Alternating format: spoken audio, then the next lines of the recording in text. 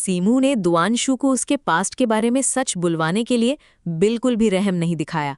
उसने उसका गला तक पकड़कर इंटेरोगेशन किया, लेकिन दुआनशु फिर भी वही बातें रिपीट करता रहा जो वो 18 साल की एज के बाद सबको बताता आया था। उसने अपनी कोई नई आइडेंटिटी रिवील नहीं की।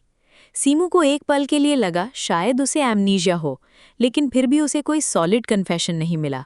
जब सीमू को लगा कि उसे उससे कोई और सच नहीं मिलेगा, तो उसने डील की बात आगे बढ़ाई। लेकिन एक प्रॉब्लम थी, वो मॉर्टल वर्ल्ड की डेस्टिनी को चेंज नहीं कर सकती थी। दुआनशु ने उसका ऑफर सीधा रिजेक्ट कर दिया। उसका कहना था कि उसने कभी लाइफ में कोई विश नहीं मांगी, जो चाहा वो खुद मेहनत से हासिल किया। उसने स्मार्टली ये भी समझ लिया कि सीमू उसके पास डिलीवरेंस स्वॉर्ड के लिए आई थी, लेकिन जिस ओल्ड मैन ने उसे ये स्वॉर्ड दिया था, उसने कहा था कि 300 साल तक इस स्वॉर्ड का कोई मास्टर नहीं था, इसलिए ये किस्मत से दुआनशु के पास आया।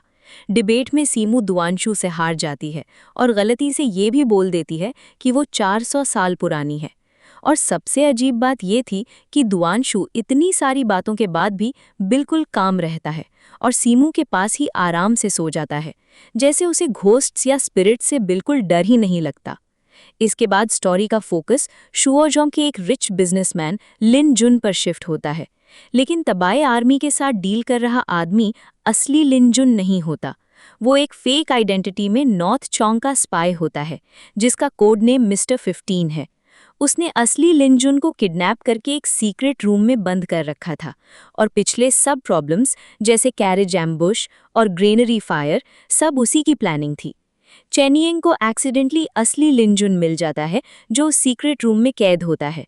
इसी बीच मिस्टर 15 दुआनशु को हॉस्टेज बना लेता है, लेकिन सच में वो दुआनशु की ही प्लानिंग होती है। मिस्टर 15 दुआनशु को लेकर एनिमी कैंप की तरफ भाग जाता है। सीमू भी इनविजिबली उसके पीछे जाती है और जेल में उसके पास रुककर वेट करती है कि शायद दुआनशु उससे हेल्प मांगे। लेकिन दुआनशु खुद ही अपने बालों में छुपाए एक छोटे से पिन से अपनी शैकल्स खोल लेता है और सीमू को बोलता है कि अब असली शो देखो। वो चुपके से एनिमी कैंप में घुस जाता है, एक सोल्जर की यूनिफॉर्म पहन लेता है और धीरे धीरे कैंप के अंदर घुसकर एनिमीज को खत्म करना शुरू कर देता है। उस वक्त एनिमी सोल्जर्स दुआनशु को पकड़ने की खुशी में सेलिब्रेशन कर रहे होते हैं और ज्यादातर लोग नशा में होते हैं। इसी केओस में सीमू भी हेल्प करती है और लीडर अवॉइड चीक तक को मारकर उसका सिर एक बैग में डाल देती है।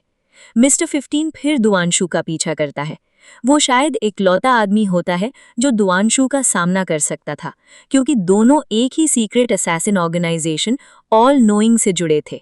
ड्यूअल शुरू होने से पहले दुआनशु उसका मजाक उड़ाता है और कहता है कि वो उसे पहचान ही नहीं पाया। असल में दुआनशु ही वो मिसिंग जूनियर असैसिन 17 था। मिस्टर 15 को पहले से डाउट था कि हान लिंक्यू ही 17 है। दुआनशु ने जानबूझकर उस डाउट को बढ़ने दिया। उसने हान लिंक्यू को जेल में भी डाल दिया और सबको बोल दिया कि कैप्टन हान चोंग का स्पाई है। आखिरकार फाइट के एंड में दुआनशु मिस्टर 15 को भी मार देता है। बैटल के बाद दुआनशु खुश होता है कि उसने अवॉइड ची, नॉर्थ चोंग के सोल्जर्स और मिस्टर 15 जैसे स्पाई को खत्म कर दिया। फिर वो सीमू से कहता है कि वो उसके साथ एक पैक्ट करे। उसका कहना था कि जब सीमू उसके सेंसेस, टेस्ट, कलर्स और वार्मथ एक्सपीरियंस करेगी तो शायद वो उन्हें वापस करना ही नहीं चाहेगी। तब तक वो खुद एक लिविंग कॉप्स बन चुका होगा। वो सीमू से ये भी वेजर करता है कि जब वो दिन आएगा, सीमू खुद ही अपना डिसीजन बदल देगी। स्पिरिचुअल सेरेमनी के बाद दुआनशु फाइनली सीमू को अपनी असली स्टोरी बताता है। उसका कहना था कि वो हमेशा से दुआनशु ही था, इसलिए उसने झूठ नहीं बोला। जब वो सिर्फ 12 साल का था, तब नॉर्थ चोंग सोल्जर्स ने उसे किडनैप कर लिया था ताकि उसके फादर से ग्रेट लियांग की सीक्रेट इन्फॉर्मेशन निकलवा सकें। लेकिन उसके फादर ने एनिमीज को बोल दिया कि जो लड़का पकड़ा गया है वो दुआनशु नहीं है, बल्कि फांग शियानिये नाम का इम्पोस्टर है और उसका असली बेटा दुआनशु तो अपनी ग्रैंडमदर के पास है। इस तरह उसके फादर ने उसे बिल्कुल छोड़ दिया। बाद में एक आदमी उसे ले गया और उससे secret assassin organisation all knowing में ट्रेन किया। वहां उसका असैसिन नाम 17 था। एक मिशन में उसे एक फैमिली ऑफ 3 को मारने का ऑर्डर मिला। उसने हस्बैंड और वाइफ को तो मार दिया, लेकिन जब बात उनके छोटे बेबी की आई तो वो उसे नहीं मार पाया और सीक्रेटली उस बेबी को एक दूसरी फैमिली को दे दिया ताकि वो उसे रेज कर सके। इस वजह से उसके मास्टर ने उसे बहुत बुरी पनिशमेंट दी, लेकिन 17 ने अपने मास्टर को अंधा कर दिया और वहां से भाग निकला। हान लिंक्यू के बारे में भी सच सामने आता है। वो भी ऑल नोइंग का ट्रेनी था, लेकिन ट्रायल पास नहीं कर पाया। ट्रेनिंग के दौरान उसे बहुत मारा गया और उसके बॉडी पर स्कार्स भी इसी वजह से हैं। उसने कभी 17 का चेहरा देखा था, लेकिन बाद में उसे एमनीजिया हो गया, इसलिए वो नहीं जानता कि दुआनशु ही वो असैसिन 17 है। डील कंप्लीट होने के बाद अब सीमो और दुआनशु एक स्पिरिचुअल बॉन्ड से जुड़े होते हैं, हार्ट से बंधे और सोल से प्लेज्ड।